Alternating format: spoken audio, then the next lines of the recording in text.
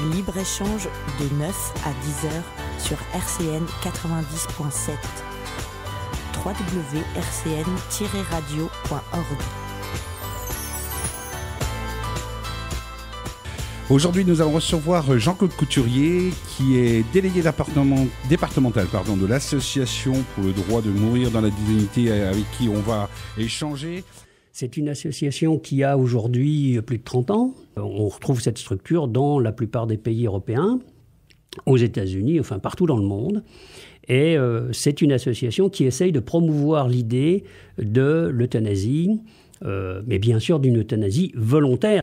L'euthanasie pour nous, c'est la mort douce. Euthanasie, ça vient de ça. La mort douce donnée par un tiers, donc essentiellement par des médecins, à la demande expresse de la personne. Et ça, c'est fondamental. S'il manque un de ces éléments-là, on n'est plus dans le cadre de l'euthanasie. Et ce qu'on demande, c'est la possibilité pour chaque personne, chaque citoyen français, de pouvoir choisir la façon dont il va terminer sa vie. Alors ce qu'il y a aujourd'hui, jusqu'à maintenant, c'est une frilosité, c'est le moins qu'on puisse dire, des politiques. On est dans un pays qui a quand même beaucoup de mal à se réformer et à évoluer. Bien sûr, la lutte contre la douleur est devenue quelque chose de fondamental. C'est devenu un enjeu de santé. Et heureusement.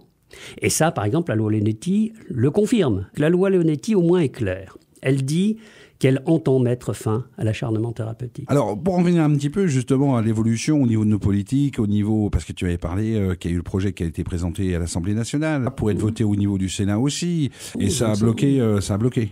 On a failli obtenir gain de cause au Sénat. Alors, dans un premier temps, la commission sociale du Sénat avait voté favorablement. Et il se trouve qu'il y a eu une pression absolument invraisemblable.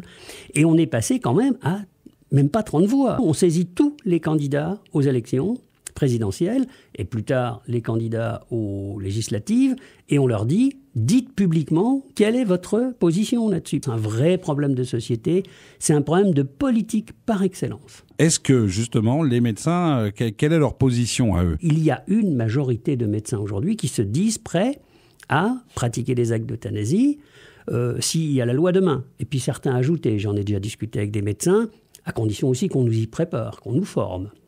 Mais on voit à quel point ça a évolué. Comment ça se passe en zone rurale ?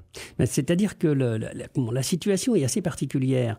On sait, on le rappelait l'autre jour, que 75% des Français meurent à l'hôpital, c'est-à-dire loin de leurs proches. Il y a malheureusement à craindre qu'en milieu rural, ça ne soit encore accentué, parce que les hôpitaux, ils sont en milieu urbain, précisément. Ce qui veut dire que les gens de la campagne, ils meurent loin des leurs. Et ça c'est dramatique. Comment, toi, tu vois les choses en tant que professionnel de la santé ? Chaque cas est particulier. Alors, chaque cas est particulier parce que la demande est différente, parce que les souffrances sont différentes, parce qu'il y a la souffrance morale, il y a la souffrance physique. Mais c'est un fait. La logique, c'est le développement des pôles santé locaux, effectivement, sous des formes très originales. Absolument. On n'est pas obligé de faire du copier-coller partout. Non, il faut que ça soit adapté par rapport aux attentes. Et il faut des coordinations. On parlait beaucoup de ces maisons de santé, par exemple en milieu rural, qui sont essentielles.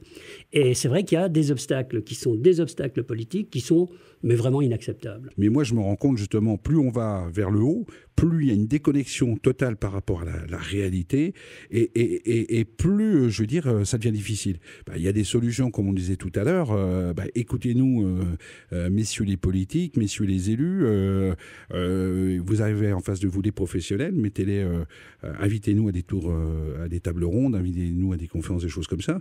Je pense que parce que nous avons des solutions qui sont là, à la portée de nos mains, qui sont réalisables, mais à très court terme. Et malheureusement, on a du mal à être entendu. Ah oui, c'est grave. D'où l'importance. C'est énorme. C'est-à-dire, on vit pas dans une démocratie, on vit dans des oligarchies locales qui font la pluie et le beau temps. Oui, mais c'est grave parce qu'aujourd'hui, qui en pâtit, c'est à la finalité toutes les populations. C'est le citoyen, absolument. Et il faut s'organiser pour rapprocher en plus les professionnels de santé, les médecins, les infirmières, les kinés, etc., sur un même lieu, de façon à lutter contre cette désertification qui est terrible. c'est important que ces problèmes-là ne soient pas que l'apanage et des politiques et des médecins. Ça doit être aussi l'apanage de la population tout entière. Et ça va faire partie un petit peu de notre mot de conclusion. Nous arrivons à la fin de notre émission. Chers amis auditrices et auditeurs, je vous souhaite de passer une agréable journée et à très bientôt sur SRC.